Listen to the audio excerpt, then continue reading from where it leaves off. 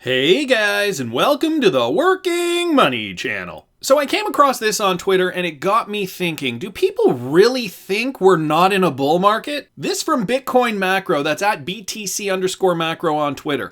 And it has to do with Bitcoin and the bull market. So just bear with me for a second because we are talking about Bitcoin here in particular. Bitcoin is in a bear market until it breaks 20K. That in quotes from Bitcoin Macro. No, that is not what he thinks. That is what he heard somebody say or see somebody write. I don't know where it's not referenced anywhere in this tweet. Nevertheless, he goes on to say, where the F do you clowns come up with this crap? Do you actually believe this dung when you post it? Have you ever actually made money from trading? And this is the best one, guys. Could it be that your IQ is room temperature? And for those of you who do not know, room temperature is roughly 72 to 73 degrees Fahrenheit. And in Celsius, it's even lower than that. And so he's gaining traction here with this tweet. A couple of people responding to this Bitcoin help says they think it's only a bull market if the price reaches the previous all-time high, therefore 20K, right, for Bitcoin. Josh White writes, it can only be defined as a bull market if it reaches 99% of its all-time high. If we went to 98% and then back down again to set new lows, then all of this technically would have been a bear market. That is technically true, but the chances of that happening are extremely low. More people joining in on the conversation here, guys. I will link this tweet in the description if you want to put in your 2 cents, but I just wanted to set the record straight. Ultimately, Bitcoin Macro has got it right. We are in a bull market, people. Whether you think it is or not, based on how your altcoins are performing or not, what you have to remember is that Bitcoin is the beat of the market. How many times do I have to say it? So right now, it doesn't matter what your altcoins are doing. We have to look at the Bitcoin chart and we have to realize we're in a bull market. Now, how do we classify this? Well, it's very simple. Here's former all-time high for Bitcoin up to about $20,000 per BTC. On this exchange here, it reached a high of about $19,666, give or take, okay? Recently, back in June, we saw Bitcoin hit a high of, $13,880, okay, on June 26th, 2019. And now we're seeing it come back down. And so what people get wrapped up in is when you're watching the market every single day and you're getting caught up in the minutia of the daily trends, you tend to lose sight of reality if you are not an experienced trader. This is why you have to look at charts on different time frames all the time for different reasons. Okay, this is Bitcoin on a daily, and I want to do this to show you broader trends over a longer period of time. I could have even put Bitcoin on a weekly, but right now we're going to keep it on a daily. So let's take a look at this trend here. So as you guys can see, we saw Bitcoin lows back in the winter, so mid to late December 2018, and then the early part of 2019. And guys, so let's start with a bear market. What is a bear market characterized by? Well, ultimately you can say it's characterized by lower lows and lower highs, okay? This is essentially how we know we're in a bear market. So this is a bear market. Clearly, we're making lower lows, okay? The lows get lower and lower as time goes on, and the highs get lower and lower as time goes on. All right, same thing occurs in a bull market, only the opposite. Highs get higher, so it's categorized by higher highs, okay, as you guys can see. And not only that, it's categorized by higher lows, as you guys can see. So if I zoom in here, you guys can see that the lows have actually gotten higher, right? So the lows are here, so we had an all-time low here, and then eventually lows after we saw dips, right?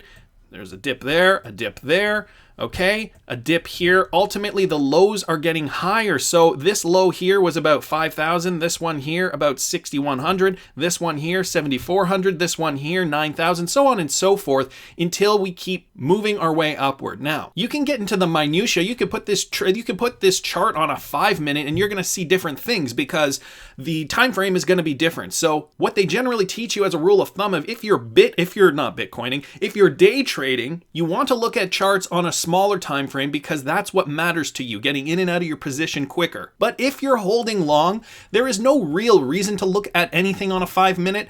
It's good to look at it on a 5-minute for micro trends. You know, the mid to longer range, I look at it on the hour just because we kind of want to see within the last week or two what's going on. But ultimately, guys, for longer holds, and if you and I are in it for the long term, we want to look at the trend at least on the daily, if not longer. And so we are indeed in a bull market.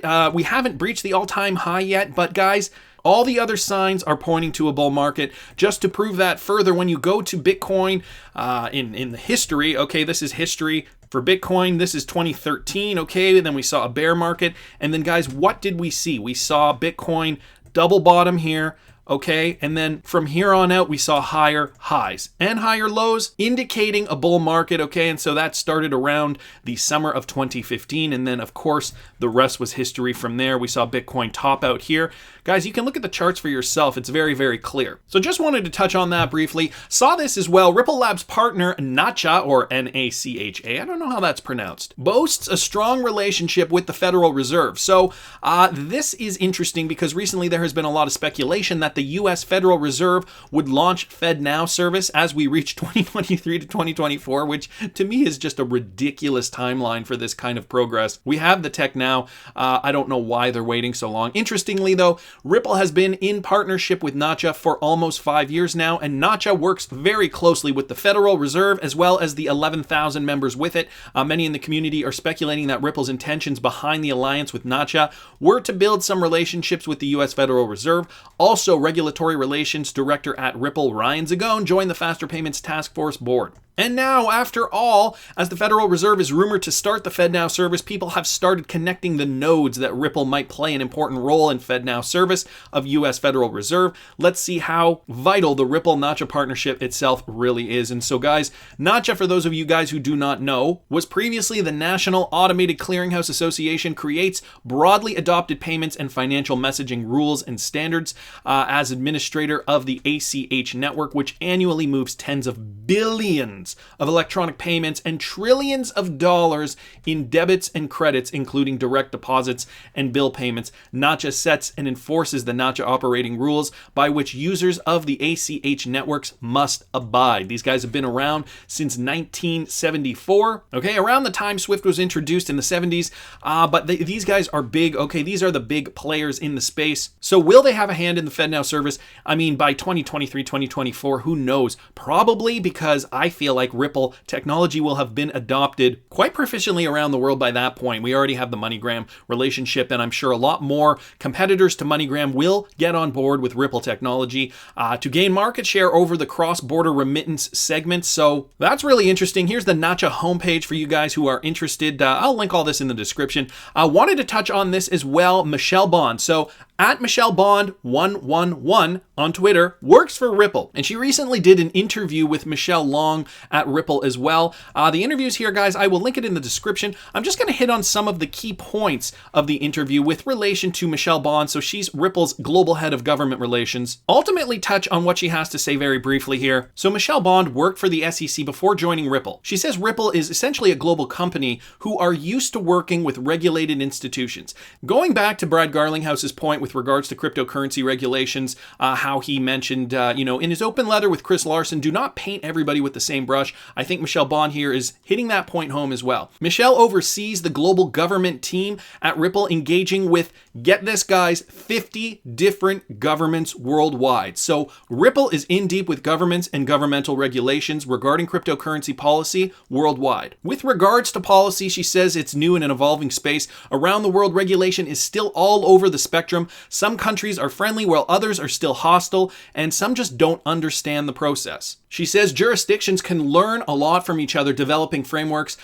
Friendly jurisdictions include the UK, the Asian Pacific corridor, so Singapore and Thailand in particular, Switzerland and Abu Dhabi. Those are very, very friendly cryptocurrency geographic locations, looking to foster the ecosystem, looking to provide regulatory frameworks so that we can get this train moving. They're trying to be at the forefront because they see the benefits to using cryptocurrency technology and blockchain. She gives the internet as an example, brand new technology where government had to adopt a new framework, and regulation before that was based on, transistor radios and rotary phones.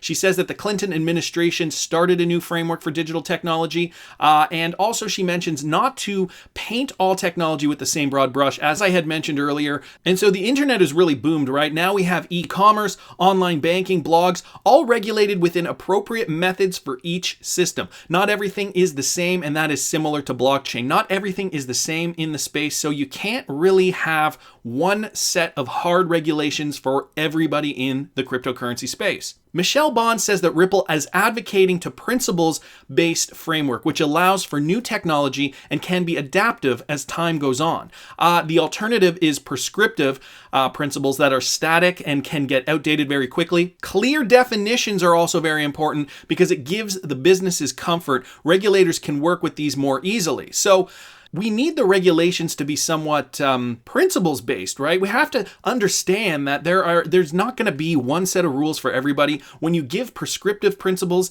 they tend to really alienate some companies and favor others. And so essentially what she's saying is for governments and regulators to use common sense, because using principles-based framework doesn't stifle innovation. She reiterates that XRP has been classified a utility and an exchange token, which was pretty good. She talks a little bit too about Facebook's Libra coin fundamentally having a different vision than Ripple, whereas Ripple is partnered with financial institutions and working within the existing laws of commerce. Ripple is changing the infrastructure for cross-border payments. Facebook, on the other hand, is facing headwinds because they are looking to circumvent existing payment providers. And Michelle Bond even says they've said maybe Western Union would no longer be relevant. So ultimately, Facebook looking to circumvent the existing system, subvert it, and flip it on its head. And Facebook is such a big company that they feel like they have the power to do this. Of course, as we know, governments are shutting them down at every chance they can get.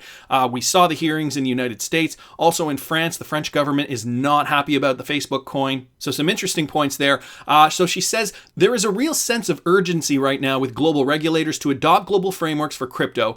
Otherwise, companies will just leave jurisdictions and go to crypto-friendly countries, and some have already left. So she gives an example of Circle moving some of their operations to Bermuda. And also, this is the reason why Facebook Libra registered in Switzerland. Michelle Bond was asked for her 2 to 4 year view, but she didn't really answer the question there in terms of the timeline. She says that there is an upward trend. Regulators are talking and co-learning and adopting new rules, but there is still more work to be done. She says that Ripple is excited to play a role to help educate with the 50 governments around the world, and the US is trying to provide clarity, but globally, regulators are progressing forward. Ultimately, though, she does suggest that we do need a clear regulatory framework and clear definitions to keep progressing. So guys, that was the interview with Michelle Bond. I hope you guys got something out of that, and I want to hear what you guys think. Please subscribe to the channel if you haven't already. Like the video if you like the content I'm providing. I always love hearing your comments. See you in the next one, guys.